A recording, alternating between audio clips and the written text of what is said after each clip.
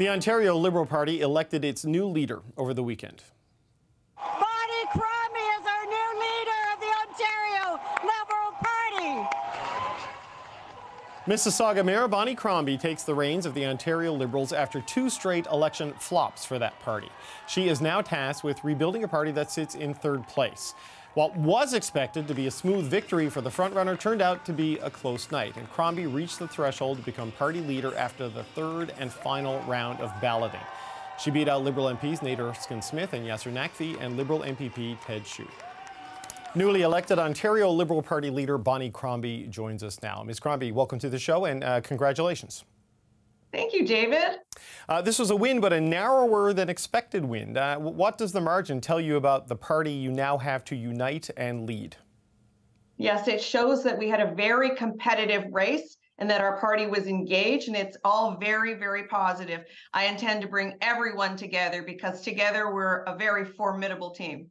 The party made a lot about the 100,000 people who signed up to vote in this race, but only 23,000 people voted in the end. So what does that say about the true level of enthusiasm in the Liberal Party right now? Well, it's not untypical of even a municipal election race. Sometimes you see results in the 20%, but the good news is we did sign up 103,000 people, and we have their names, phone numbers, emails. So we will be getting them engaged with, participating at the local level, fundraising, etc. But if they didn't vote in a leadership, well, what makes you so optimistic that they can be involved in sort of the grunt work of politics between now and the next election? A lot of reasons people didn't come out: conflicts, weather, work. I'll tell you, I was in Etobicoke Center greeting people, saying hello, and a girlfriend of mine walked in and I said, "Oh my goodness, Maya, have you moved from Mississauga?" She said, "No, Bonnie, I couldn't make it yesterday in Mississauga, so I came to vote for you today, Sunday, in Etobicoke instead." And I said, "Unfortunately, that's not what the rules allow." So there was some confusion that there were 2 days available to vote. Okay, but it's still for more than 70% of the eligible people who, a municipal election, I know you use that comparison, but people are there automatically in a municipality. They had to actively sign up for this, and they did that, but then didn't participate. So is that just a lot of inflation in the actual membership numbers? People just signed up without having any intent to follow through?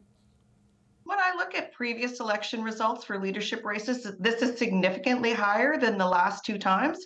And the good news is that we do now have 103,000 people registered to be Liberal Party members, David. So, we're going to be cultivating them, motivating them to get out and participate. And of course, we'll be sending them notices to help us fundraise as well so that we can win in the next election.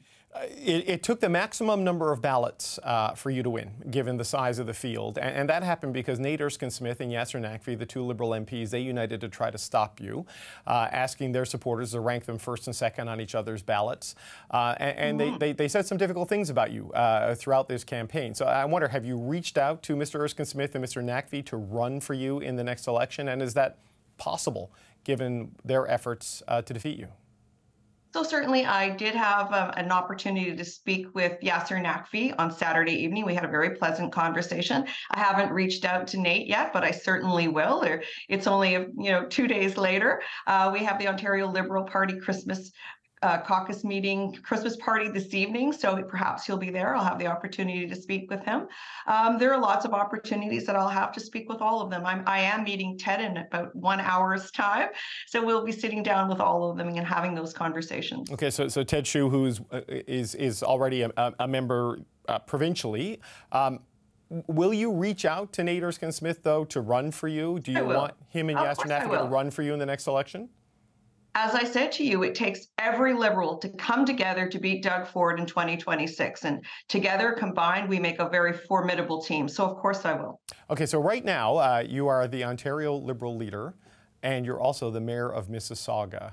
One of those things has to change. When are you going to step down as mayor? Very good. And I do intend to step down. I've got a budget to complete at the city and at the region of Peel, and then there will be some wind-up work to be done. Of course, this is a very serious job. It doesn't end in one day. There are a number of projects, and I've got to complete and wrap up some loose ends. So you will see that very soon in January of 2024, I will be stepping down. Okay, so it's going to happen like in a month or so. It's not going to linger into February, March. This is something that happens in the first month of the new year. It'll happen in weeks. Okay, yes. But you have the challenge now of leading a party from outside the legislature, right? So how do you do that without a seat? I know that Monty McNaughton's seat in Lambton, Kent, Middlesex is vacant, which I know is outside of your political area. Will you run there, or will you try to lead without being a member of Queen's Park? So I had this conversation yesterday with John Fraser, as a matter of fact, about Lambton, Kent, Middlesex. And certainly yesterday I participated in the provincial council where all the riding presidents were meeting, and I had the opportunity to come and give them a little rally talk, and we talked about our fundraising goals, et cetera. And I had a chance to speak to Catherine McGarry and John Fraser, and John has let me know that they have identified a candidate in that riding, so perhaps that wouldn't be the best riding for me to run in. And he and I spoke about what the best approach is, what's the strategy going forward, and we both agree that for me, it's to continue to sell the Liberal brand and meet people on the ground myself. So continue the tour of the small towns, rural agricultural communities, northern communities, let people know who I am and how our brand has evolved, and build back trust with voters. So that's what I'll continue to do until a more logical seat opens up, and it would be ideal in Mississauga or the GTA. So you never know, these things do happen from time to time. But it's going to be harder to rebuild the Ontario Liberals without the benefit of being in question period every day, to have that daily contrast with Doug Ford and his ministers, and without being at Queen's Park every day. I know, getting parliamentary media isn't everything, but when you don't have official party status and you're the third party, that's an important supply of political oxygen, is it not? Well, David, I'm here on Power and Politics with you today. I don't have trouble getting national media or local media, but I don't intend to walk the halls of Queen's Park looking for media. We have very capable people at Queen's Park. We have a solid team of 9 MPPs who are all used to answering media questions and will take a lead at Queen's Park. It's more important for me to be on the ground and building back trust with voters and selling the Liberal brand and letting people get to know me. I think that'll be very important going forward, especially to be present in those small towns and northern communities that feel isolated and feel neglected. And Doug Ford has neglected those communities, and I want to be present and I want to listen to them. I want to listen to what their needs are so I can incorporate those in our party platform going forward. You mentioned that you spoke to Mr. Fraser, who of course is stepping down as the interim leader of the party. You're the biggest provincial story to come out of the convention. Greg Fergus would be the biggest Ottawa story to come out of this convention for the video that was played of him in the Speaker's robes, offering his praise to Mr. Fraser for his time as the leader of the Liberal Party of Ontario. There have been calls today by the Bloc Québécois and by the Conservative Party of Canada for Mr. Fergus to step down as Speaker of the House of Commons, for that video being played, saying it crossed the line of partisan political activity, especially since he was filmed in the Speaker's office in his Speaker's robes. Should Greg Fergus step down as Speaker of the House of Commons over this?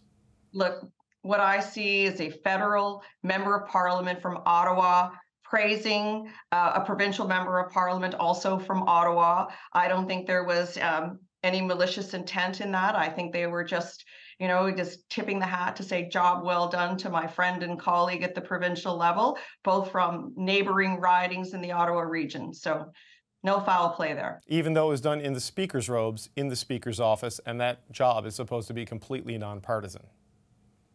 Well, agreed. Probably not the best idea to do it in the Speaker's robes, but I don't think there was any malintent. I think he was just paying tribute to a friend who had done an exceptional job. There has been a suggestion, just as a final point, Ms. Crombie, that this was never meant to be played publicly at the convention. Have you gotten any explanation from the party that this was meant to be a private video rather than something that was played publicly? And in the end, does that really matter when it comes to whether Greg Fergus should have done this or not? Yeah, no, I don't have any indication from the party. I haven't spoken to them about it. Okay.